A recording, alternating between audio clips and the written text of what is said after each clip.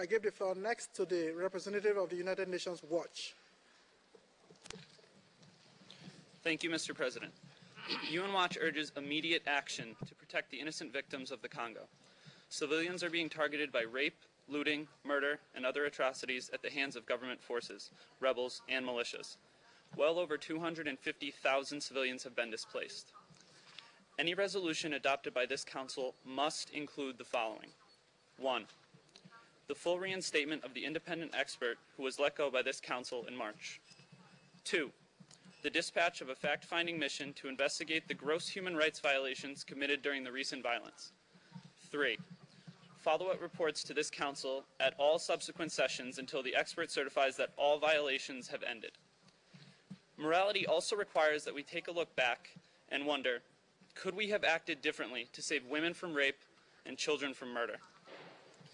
In the March 2008 session of this Council, Mr. Titinga Frederic Pesere, the independent expert on human rights in the DRC, reported as follows, quote, "The lack of security remains worrying, especially in the regions of the east of the country where militias and armed groups, as well as armed forces of the DRC, commit serious human rights violations with impunity."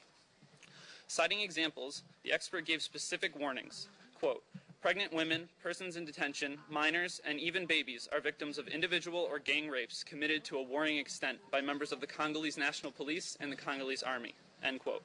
The expert further urged this Council to provide all necessary assistance to enable the independent expert to fulfill his complex mandate.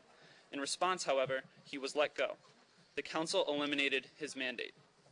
Tunisia spoke of the, quote, "positive developments in the human rights situation," end quote, in the Congo.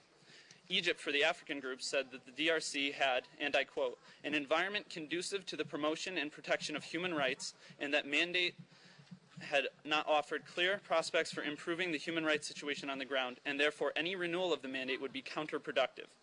This was supported by Algeria, Russia, and others. Mr. President, we must now ask, if the Council had heeded the reports of the Monitor instead of eliminating this early warning mechanism, how many lives could have been saved?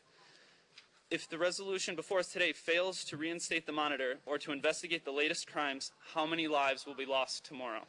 Thank you, Mr. President. I thank I thank the Human Rights Watch. I thank United Nations Watch for the statement. And I just want to make a point here.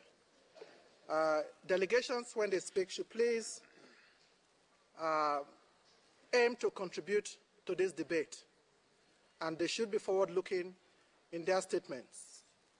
We do not need, I believe, to revisit the March session here. We do not have soothsayers here, nor prophets.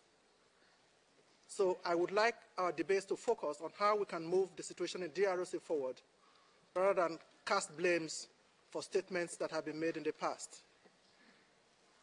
I just thought I should make this clarification. I give the floor next to the representative